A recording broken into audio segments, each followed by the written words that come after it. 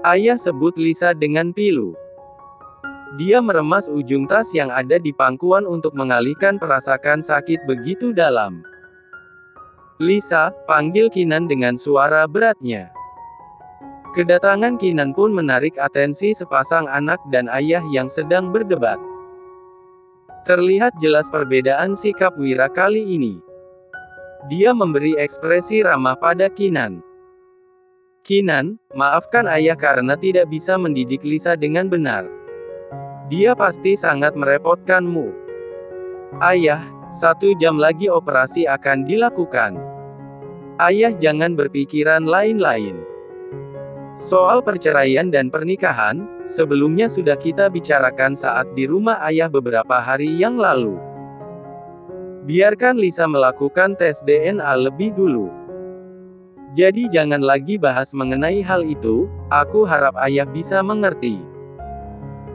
Entah kenapa hati Kinan merasa sakit setiap kali ada yang mengatakan tentang perceraian. Aku tidak akan melepasmu begitu saja, Lisa, sebelum kamu membuktikan ucapanmu itu. Entah seperti apa hasil DNA nantinya, yang pasti hal itu akan menghentikan perdebatan di antara kita setelahnya, gumam Kinan dalam hati. Saat seperti itu dokter datang bersama 1 tenaga medis. Tuan Wira, sebelum masuk ke ruang operasi, kita periksa ulang lebih dulu, ya, ucap dokter tersebut. Ayah, aku keluar dulu, ucap Lisa lembut walau dia tahu kalau Wira tidak menjawab. Lisa bergerak pergi menarik paper bag yang dia bawa dari rumah lalu mengikuti Kinan yang sudah lebih dulu keluar. Sudah mandi? Tanya Lisa sembari menyerahkan paper bag saat mereka sudah berada di luar. Kinan hanya mengangguk. Dia pun mengecek barang bawaan Lisa. Apa ini? Tanyanya menarik kotak berwarna hijau dari bagian teratas paper bag. Sarapan untukmu. Aku yakin kamu belum makan dari semalam. Alih-alih merespon, Kinan justru meminta Lisa pergi. Sebaiknya kamu pulang. Aku dan Diana bisa menjaga ayah. Dia akan baik-baik saja, ucapnya meyakinkan. Lisa menarik nafas dalam-dalam lalu tersenyum hampa. Ya, ayah akan baik-baik saja tanpa diriku. Begitupun kamu, akan lebih baik tanpa ada aku. Tapi aku yang tidak merasa baik sebelum memastikan kondisi ayah setelah operasi. Bukan begitu, tapi ayah tadi saja tidak merespon dengan baik kedatanganmu. Aku sudah biasa mendapat respon buruk dari semua orang jadi jangan cemaskan aku. Kinan menghela nafas pasrah. Kemudian dia pergi untuk mengganti bajunya. 4 jam telah berlalu. Dokter akhirnya menyatakan kalau operasi berjalan lancar. Hanya saja kondisi pasien belum sadar. Setidaknya menunggu 1 kali 24 jam untuk itu. Kinan pun berpamitan pada Lisa untuk berangkat ke kantor.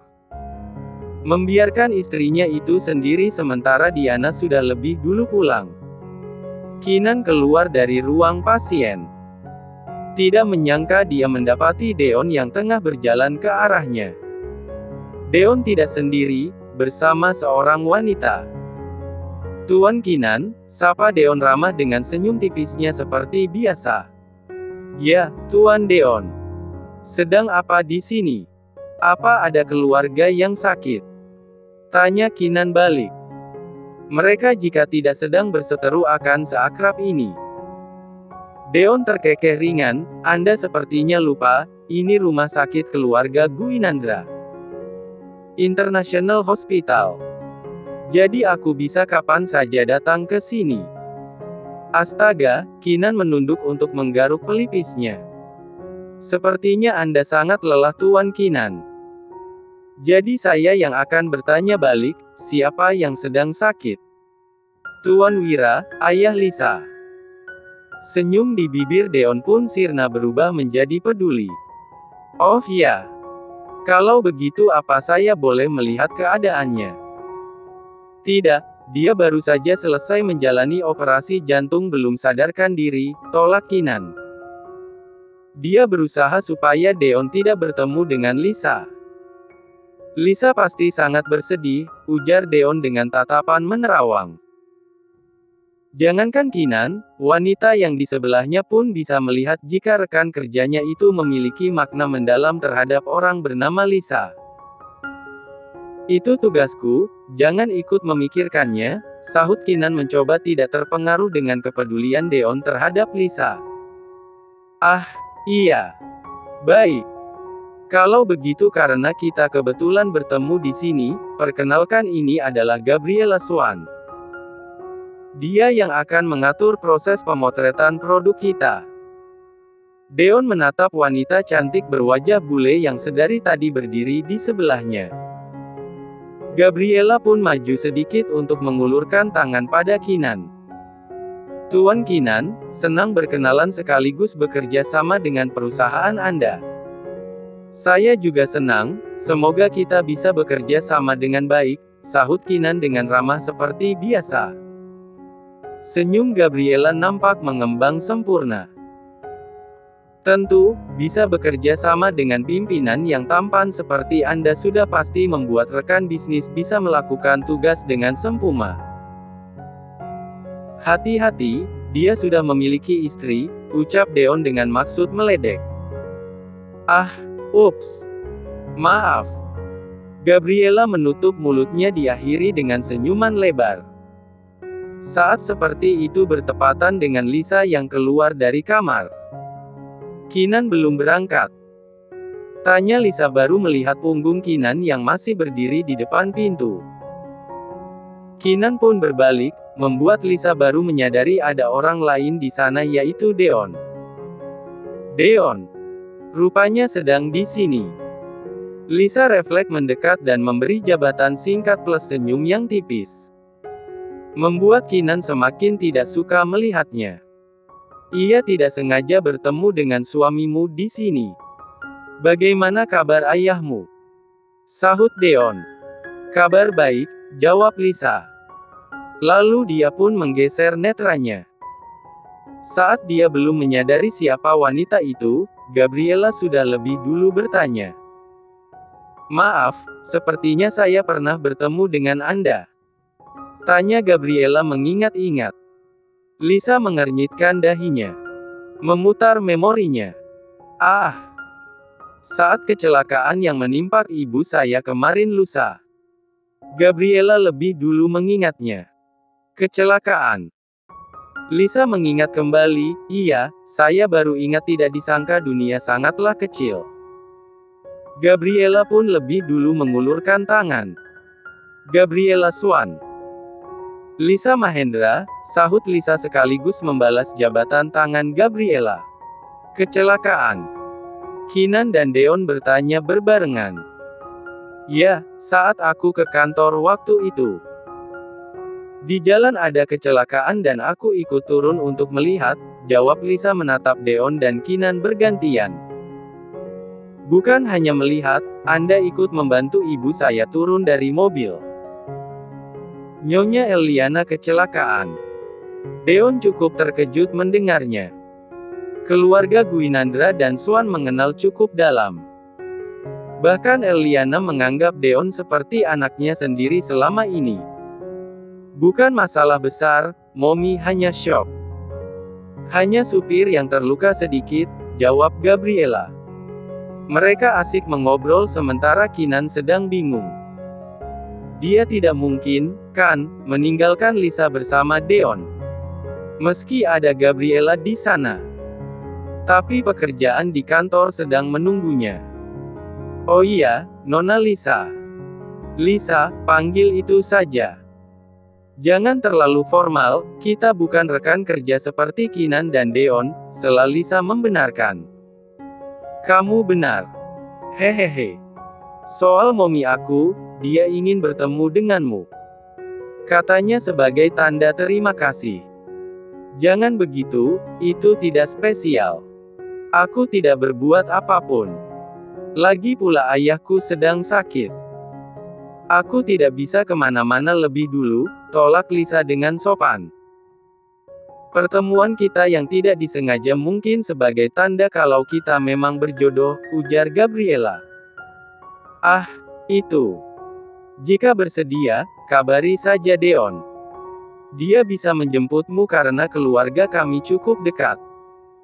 Lisa seketika mengerjapkan matanya dan melirik ke arah Kinan yang sudah bisa dipastikan bagaimana ekspresinya saat ini.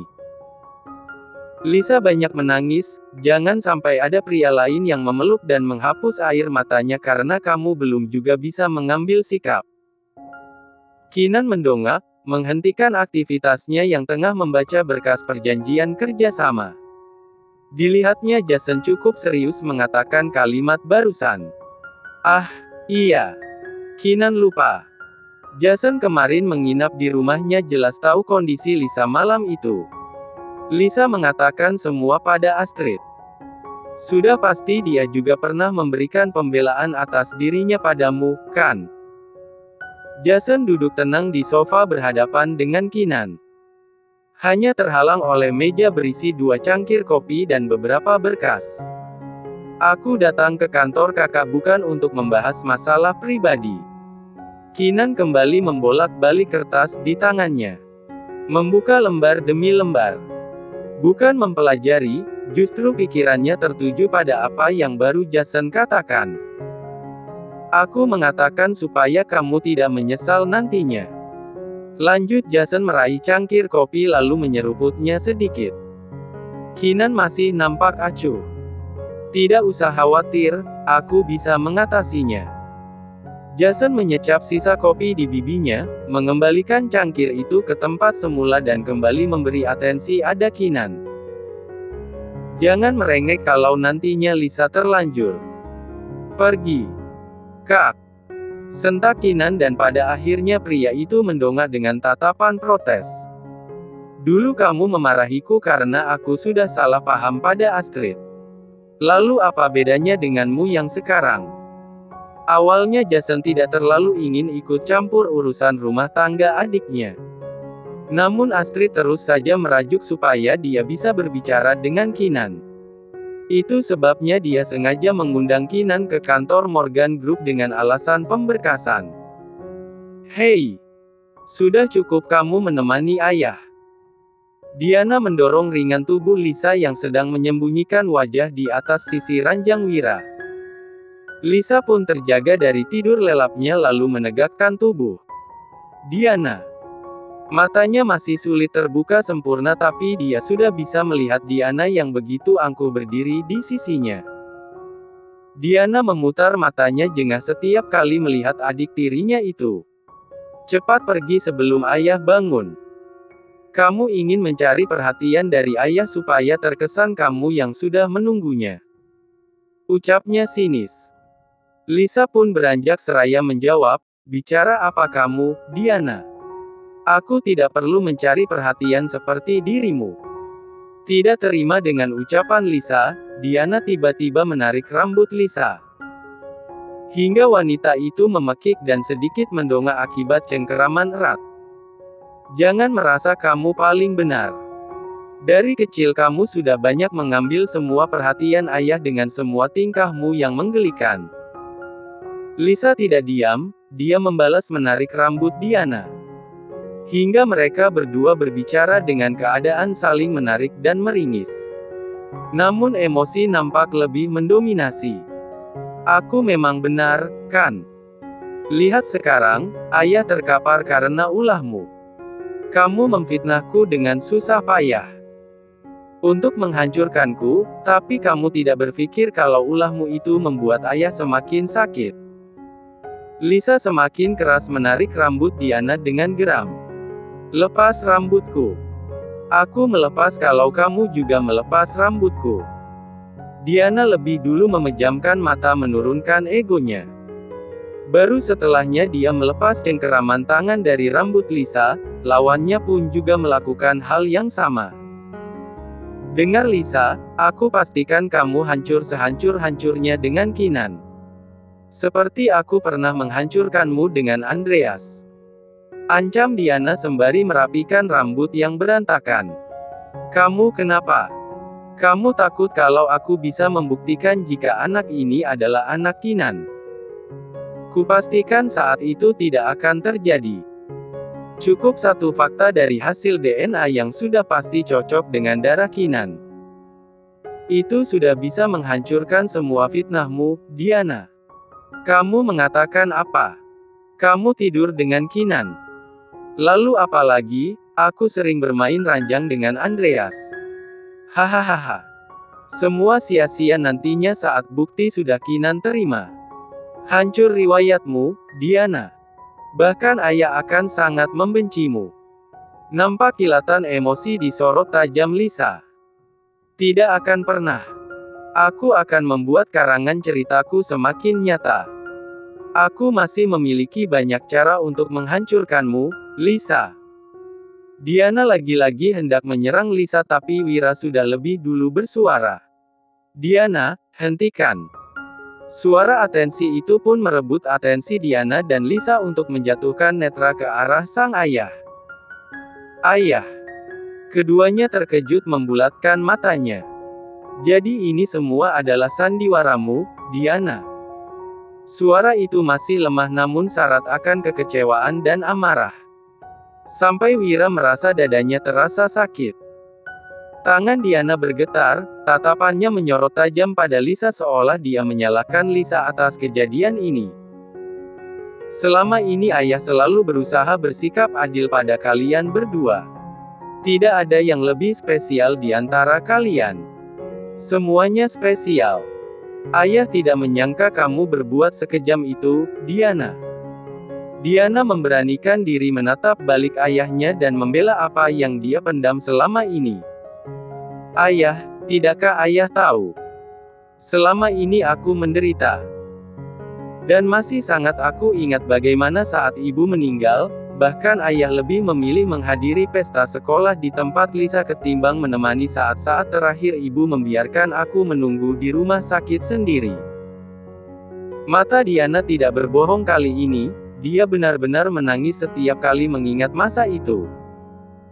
Jadi kamu masih menyimpan dendam atas hal itu, nak? Wira mengedip lambat.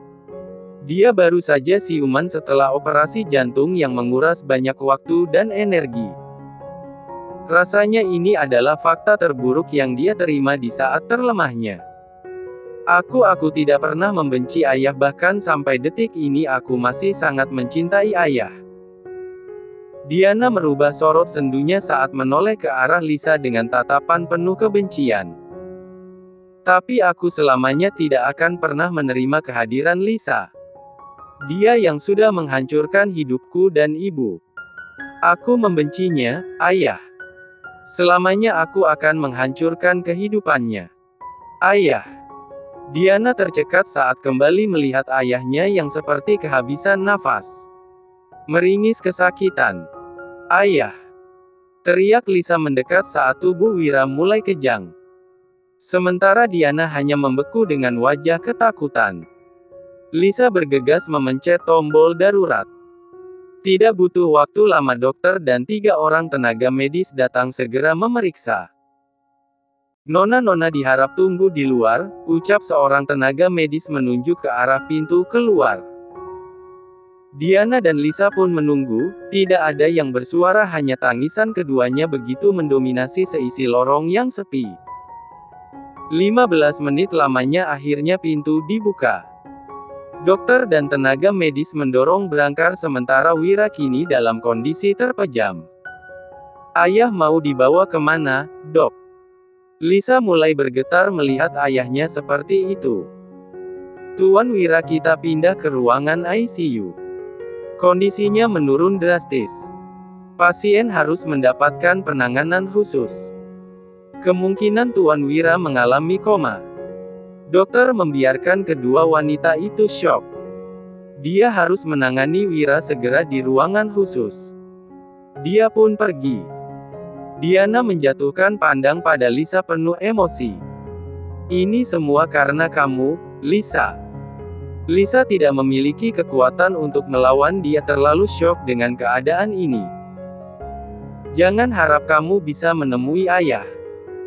Pergil, bentak Diana mendorong kasar tubuh Lisa. Wanita itu tidak bersiap membuat tubuhnya dengan mudah limbung ke belakang. Lisa bersiap akan jatuh namun rupanya ada seseorang yang menangkapnya punggungnya. Bau parfum maskulin pun menyambut indera penciuman Lisa. Meyakinkan diri kalau yang sedang menopang tubuhnya adalah seorang pria.